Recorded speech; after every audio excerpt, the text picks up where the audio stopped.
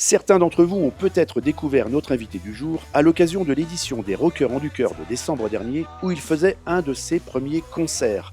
Alex Ruiz, puisque c'est de lui dont il s'agit, est un quadra nantais qui s'est découvert des velléités pour l'écriture musicale durant les différents confinements, c'est-à-dire assez récemment. Mais vous allez voir que plus que la musique ou la guitare qu'il a apprise assez tôt, ce sont les mots, l'écriture et surtout la littérature qui passionnent avant tout le garçon. Alors naturellement, quand je lui ai proposé de me rejoindre dans un lieu qui lui est cher, il n'a pas hésité une seconde. C'est par ici, on y va, suivez-moi.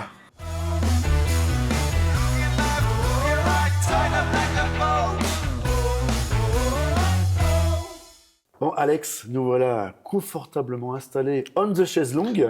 Ouais, très beau titre. Très beau titre. Très beau titre, Oui. merci, c'est gentil. Non, c'est vrai. Prêt pour cette première question? Oui, prêt pour cette première question. Eh ben, on lance le jingle, Ouais. c'est parti.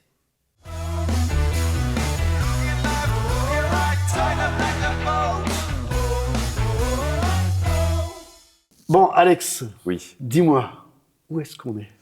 Alors là, on est dans la librairie un peu historique à la nantaise, la librairie Durance. Je pense que tous ceux qui sont venus ici, voilà. Hein, je ne vais pas faire du prosélytisme, mais bon, voilà, littérature étrangère, littérature du coin, etc. Donc une librairie historique où je venais, moi, quand j'étais étudiant, à l'étage du dessus, où je venais acheter les bouquins pour tout ce qui était sciences humaines. Je venais ici en début d'année. Bon, des bouquins que j'ouvrais pas trop, parce que j'allais pas forcément tout le temps à la fac. Et puis après, je suis venu acheter des bouquins dont je te parlerai. Il y en a partout ici. Moi, c'est un peu un rêve de gosse d'être là sans personne tous les deux. T'as pas hésité longtemps, hein. Quand je t'ai proposé un endroit pour faire ce On the Chaise Longue, Oui. je t'ai dit trouve-moi un endroit qui t'est cher, un endroit un petit peu insolite. T'as pas Oui. hésité une seconde, tu m'as dit dans une librairie. Ouais, parce que c'est une librairie, première passion. Les livres, j'en ai tellement dévoré. Le mot est faible. J'y ai passé des années, je pense, des années de lecture derrière T'as moi. dévoré, alors tu dévorais quoi comme lecture? Oh là là, j'ai commencé pour la petite histoire. Tu te souviens de la canicule 2003? Oui. J'ai fait un bac L où j'ai pas lu. J'ai une famille, on en reparlera peut-être après, de grands lecteurs. Et puis en 2003, il y a une canicule. L'affaire Quentin, on passe là-dessus. Il fait très chaud. Et puis là, pas que je pète un câble, mais je suis pas bien. Et puis je me retrouve chez mes parents, pas bien. Vraiment pas très bien, physiquement, moralement. Et puis je sais pas quoi faire de ma vie. Je me dis, bon, je continue la fac ou pas, un peu comme pas mal de monde. Et là, mon oncle arrive et me donne deux bouquins dont un va beaucoup te parler, je pense, toi aussi qui aimes le foot. Carton jaune de Nick Hornby, sur le foot. Et puis un autre bouquin, Michel Houellebecq. Je me dis, tiens, Michel Houellebecq, extension du domaine de la lutte. Bon, t'es pas terrible dans ta vie, intrinsèquement, tu te sens pas... J'ouvre le bouquin. En 1h30, je lis le bouquin. Et 1h30 après, je vais mieux. Et là, je me dis, ouais. Et c'est le premier livre qui m'a donné envie d'accéder à la littérature à 23 ans, alors que j'avais fait des études littéraires. Et puis après, j'ai enchaîné. Les polars, je peux t'en citer des centaines. Les journaux, toute la littérature française. Grand fan de Houellebecq. Moi, Kerouac. À la maison, il y avait pas mal de bouquins chez mes parents. Et pas du tout dans cette même veine. Et puis après, des livres plus intello en ce moment... Parce que tu m'as dit que c'est un oncle à toi donc, qui t'a filé ce premier bouquin. Alors, je crois savoir Oui. que cet oncle il est important parce que plus c'est lui qui t'a fait l'apprentissage de la littérature, Mais pas que. mais je crois savoir aussi que c'est lui qui t'a fait l'apprentissage de la Oui. musique, c'est bien ça? Ouais, de la musique et de la radio. Et de la radio. On va sûrement parler. Oui, c'est ça. Et puis c'est quelqu'un qui, pareil, était un peu comme moi, un peu perdu entre la littérature, la musique. Enfin, voilà, on est des gens sensibles, donc des fois tu payes un peu dans un système compliqué. Et ce livre a changé ma vie comme un ou deux disques ont changé ma vie. C'est vraiment extension du domaine de la lutte. Et ensuite, j'ai enchaîné. Et ça m'a amené à l'écriture, ça m'a amené à la chanson, et puis après à la musique aussi. Ouais. Eh ben, on va en parler de la musique avec la deuxième question. Très bien.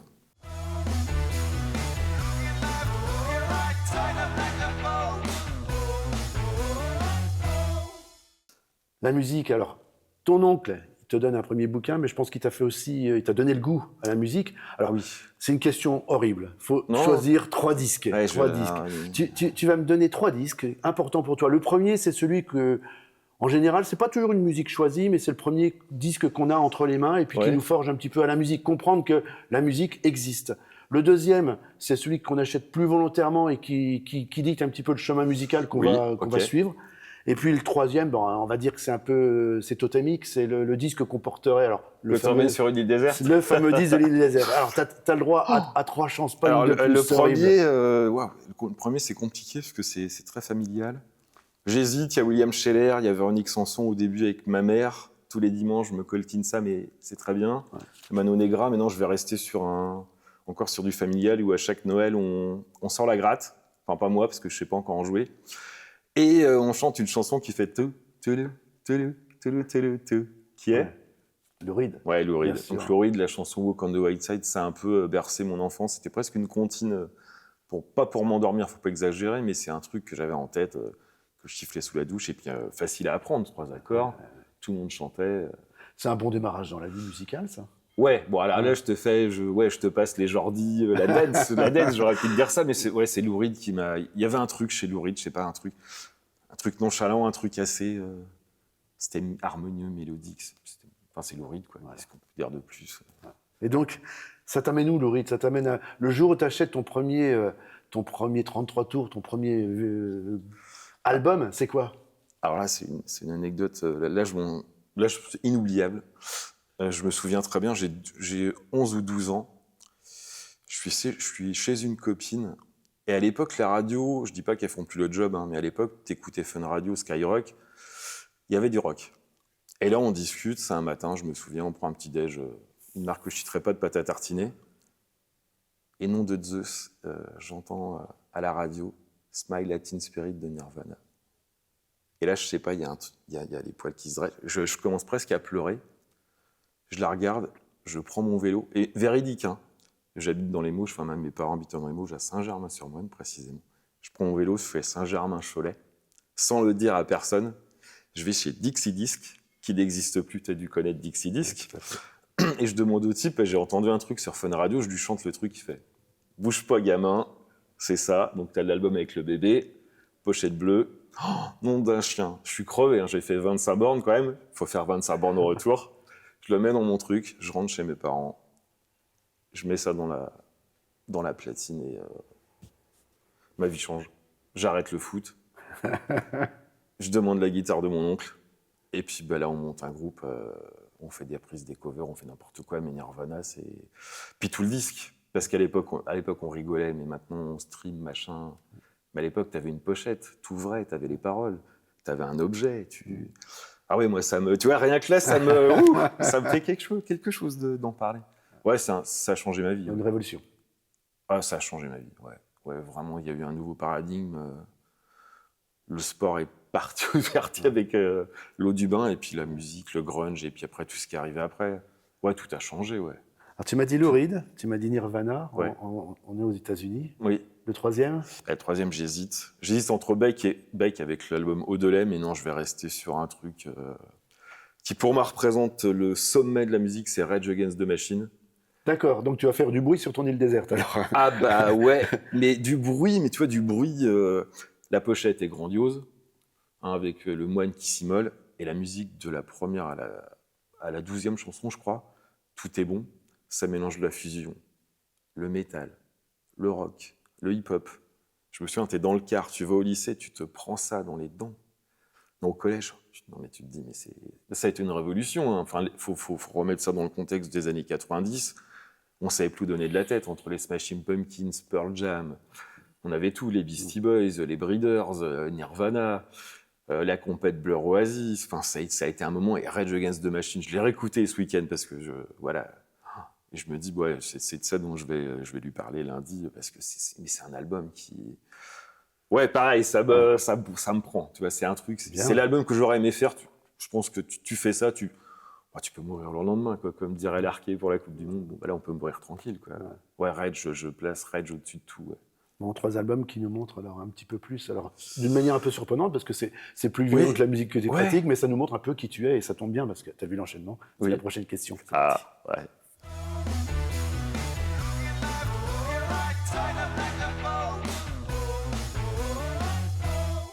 Alex, en 2020, je vais dire qui tu es maintenant, hein. En 2020, en plein confinement et âgé de 40 ans, Ouais. Tu publies ton premier Ça, t'aurais morceau. pas dû le dire, t'aurais dû dire 30. Mais si. Tu publies ton premier morceau, ça s'appelle Ma Belle Inconnue. Tu fais ça pendant le confinement. Oui. Tu balances ça sur les réseaux. Et puis, tu as la belle surprise de voir que ça accroche. Ça se passe bien. Ouais, je suis un peu en transition. J'étais un peu instit, un peu prof. Le confinement arrive et puis j'ai pas d'appart, pas de copine. Enfin, franchement, c'est pas génial. Je suis chez ma mère et puis un pote me dit mais vas-y, fais de la musique, ouais, ressors, parce que j'avais arrêté. Hein. Je viens du métal, j'avais des groupes avant. Ouais, je viens du métal. Ça c'est très bizarre, je sais. Et là, je sors ma guitare et je fais un. Bah, ça sonne un peu entre Lou Reed et Nirvana d'ailleurs, Ma Belle Rien de Inconnue. très métal quand même. Ouais, la première version de Ma Belle Inconnue et je la mets sur Confiné Records qui proposait à tous les Nantais. D'ailleurs, tout le monde a participé, ce qui est génial. Je regardais la dernière fois, on voit tous les groupes.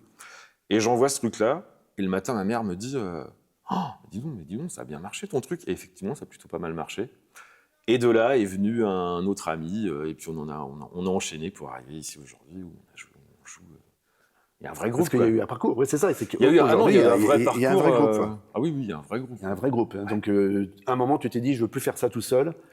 C'est une rencontre aussi, je pense. Bah c'est que des rencontres. Déjà la rencontre avec Jérôme qui a fait les premiers arrangements des premiers titres qui sont très Dao, très bashung, donc bien loin de moi en fait. Mais derrière il y a toujours ce son rock que t'as pu voir sur scène au Rockers du Cœur.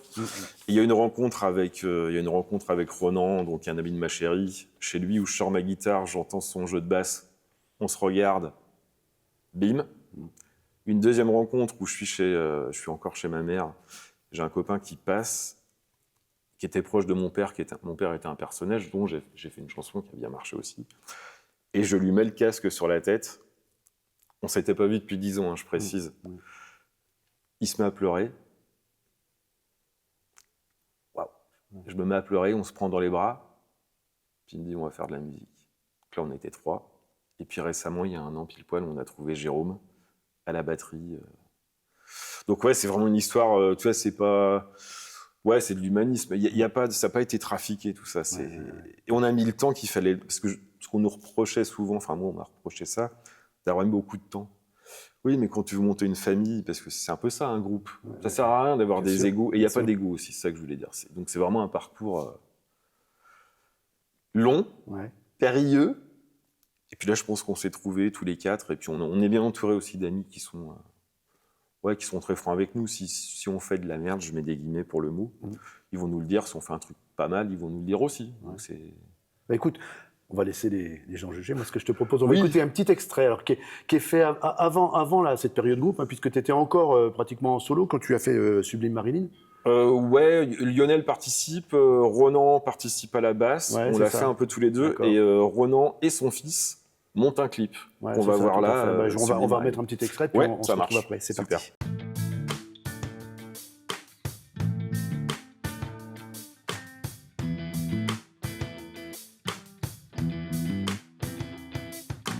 Petite peste, t'es ma cam, ma méthadone, l'araignée de mes nuits blanches, ma sorcière à la gomme. Ô fidèle, infidèle, t'es bien trop belle et trop franche. Ôtez la ritournelle agile, la lumière d'une flamme en transe. Sublime Marilyn, je dégrave tes origines. Tu dégaines ton orthographe, je grave dans l'opaline. Accoudé au balcon, où toi tu fais ta féline, pour me laisser comme un con sur la chaise de ta cuisine. Petite peste, sublime Marilyn, fidèle, infidèle, ma sirène divine. Petite peste, sublime Marilyn, fidèle, infidèle, ma sirène divine. Subtile demoiselle, t'es ma drogue, ma madone, ma cigarette mentholée de fragrance. Très joli, très joli. Alors on pense forcément, allez je le dis comme ça on n'en parle plus après, on pense forcément à Gainsbourg, on pense à Miossec, on pense à Biolay. Alors c'est pour ça que je le disais tout à l'heure. Biolay, on m'a dit ça. On est très loin quand même des références métal dont tu parlais tout à l'heure. Même si, on l'a vu au Rockers du Cœur, puisque c'était votre premier concert. Le deuxième. Oui, il y en a eu un 30 mots avant, t'as raison. Je t'avoue personnellement, j'ai pas fait le malin. Ouais. Se retrouver sur la scène du Stérolux où je suis allé beaucoup en concert à l'Olympique avant, se retrouver de l'autre côté. Ouais, tu fais pas le malin, mais t'es heureux comme jamais, ouais. Alors on l'a vu hein, sur scène, c'est plus rude que sur les morceaux. c'est La beaucoup formule plus groupe rude. est plus rude. Allez, on va lâcher. On est plus dans un univers qui pourrait faire penser à celui de Noir Désir que Benjamin Biolay sur scène. Ah oui, non, mais complètement. Certainement. Même, ça pourrait faire penser les dernières, je pense à Rage, à Lou Reed, tout ce qu'on a cité au final. Qui restent des influences et donc on les perçoit peut-être un petit peu plus. Oui, on les perçoit beaucoup plus, et voir du stoner, Et puis les gars, on vient de mondes différents. Ronan, c'est plutôt Magma. Jérôme, c'est plutôt le folk, la musique classique. Lionel, c'est les musiques Zigane, la fusion, le hip-hop. Moi, je viens aussi du hip-hop. Et puis j'ai hésité tout à l'heure, quand on parlait de Rage Against the Machine, j'ai hésité aussi avec Au-delà de Beck, mais avec un album qui, pour moi, a changé aussi ma vie, mais c'était plus tard. C'est Bleu Pétrole de Bachung, où là, je me suis dit... Bigre de bigre, je suis passé à côté de la chanson française. Voilà, tout à fait. Et les paroles. Voilà. Donc, parce là, que moi, j'aime les paroles. Oui, là, je me rattrape à ce Tout à moment-là. Bon, je sais qu'il y a aussi un projet d'album. Hein, Oui, vous un prendrez projet certainement d'album. autant de temps que vous avez mis pour faire de la scène que faire un album. Mais on peut imaginer quoi 2024, 2025 Je pense 2025. Après, il y a un projet, j'ai pas envie de griller quelque chose qui est pas encore sûr, mais il y a peut-être un 2 titres ou un 4 titres avec 2 clips. D'accord. Pour montrer qu'en live, ça n'a plus rien à voir avec... Enfin, pas plus rien à voir, mais ça reste de la musique française, mais comme tu disais, plus proche de Noir Désir, Miosek. Parfois, Queen of the Stone Age, Radiohead, on nous a dit plein de choses d'ailleurs. Biolay, pas tant que ça. Un Gainsbourg un peu plus énervé, voire No One is Innocent. Donc c'est très varié, il faut venir nous voir si vous avez envie. Avec des passages un peu plus pianistiques à la Chopin. Il y a des moments un peu hip-hop, très chantés. Là, je suis en train de me perdre, je sais plus ce que tu vas poser comme question. C'était très bien, c'était le projet de l'album. Et ben, de toute façon, on oui, ira voilà, vous voir. un 2 titres ou un 4 titres. Et puis après, un vrai album, mais ça demande, je pense qu'on fera un crowdfunding. Voilà. Ça demande des sous, ça demande des tournées, des dates. Voilà, tout à fait. Et c'est pas si simple en ce moment. Super. Bah, écoute, on va l'attendre. En tout cas, nous, on l'attendra. Moi aussi, je l'attends, j'ai hâte. J'ai hâte, vraiment. Tu nous as parlé de la littérature, tu nous as parlé de la musique. Oui. On va faire un petit enchaînement avec une prochaine question. Je voudrais savoir ce que tu aimes. C'est parti.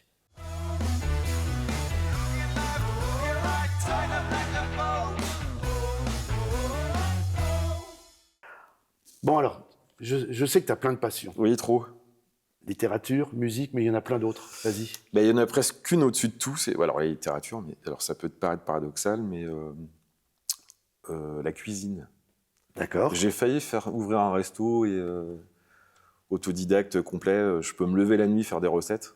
J'aime bien cuisiner. Et je rapproche assez la cuisine de la musique. T'as 3-4 ingrédients, et soit tu sublimes un plat, soit c'est dégueulasse, soit c'est bon.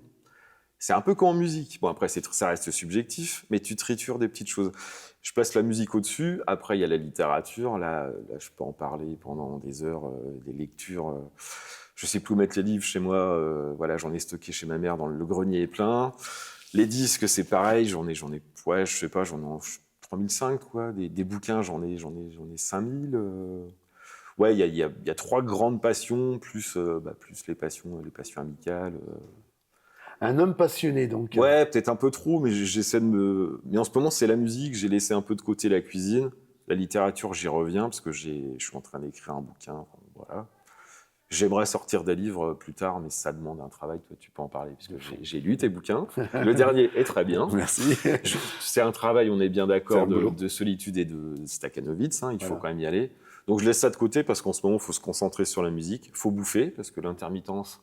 c'est trouver des dates, c'est manger et c'est jouer. Donc là, je me concentre sur la musique et puis après, on verra. Évidemment, je cuisine le soir. Voilà. Je vais pas ouvrir un restaurant ou un restaurant musical dans 10-15 ans. Voilà. Super. Ça en fait des passions. Alex, merci. Alors, on est presque à se quitter. Presque à se quitter.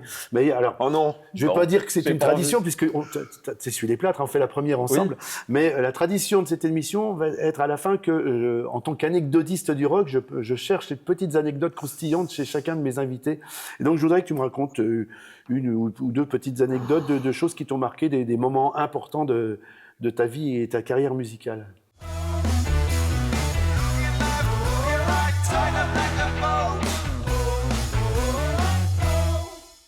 Alors, les moments de ma vie, je me souviens de mon premier concert. Alors, je vais faire court.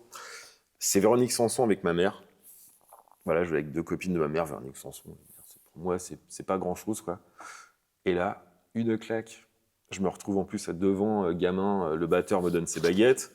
La deuxième anecdote, c'est l'anecdote Nirvana. La troisième, c'est celle avec mon pote qui écoute et qui pleure sur la chanson de mon père, parce que mon père a eu Alzheimer, ça m'a changé.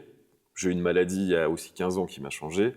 Mais l'anecdote que je ressortirais, c'est, on se connaît un peu, c'est celle que tu connais, et qui a donné lieu à un clip où c'est la rencontre pendant le confinement, ce satané confinement qui a changé du monde.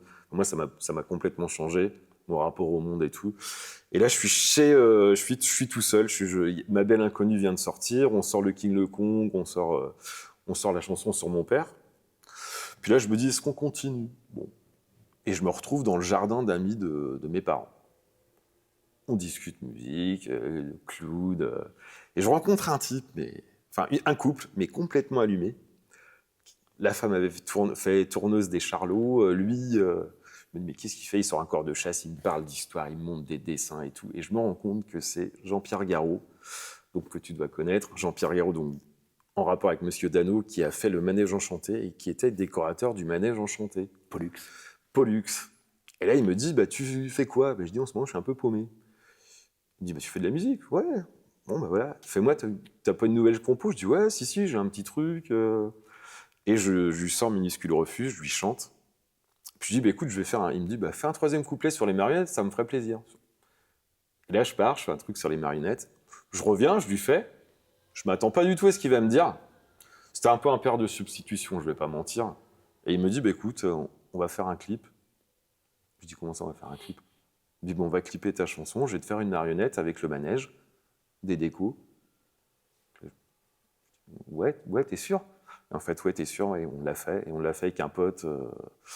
Donc, on a fait un clip intergénérationnel où on a fait tourner tous nos copains en stop motion, image par image. Jean-Pierre, qui est décédé depuis, que j'embrasse, m'a fait une marionnette qui me ressemble, un peu caricaturale, mais qui est super jolie, qui ressemble au manège. M'a fait un manège, des décors.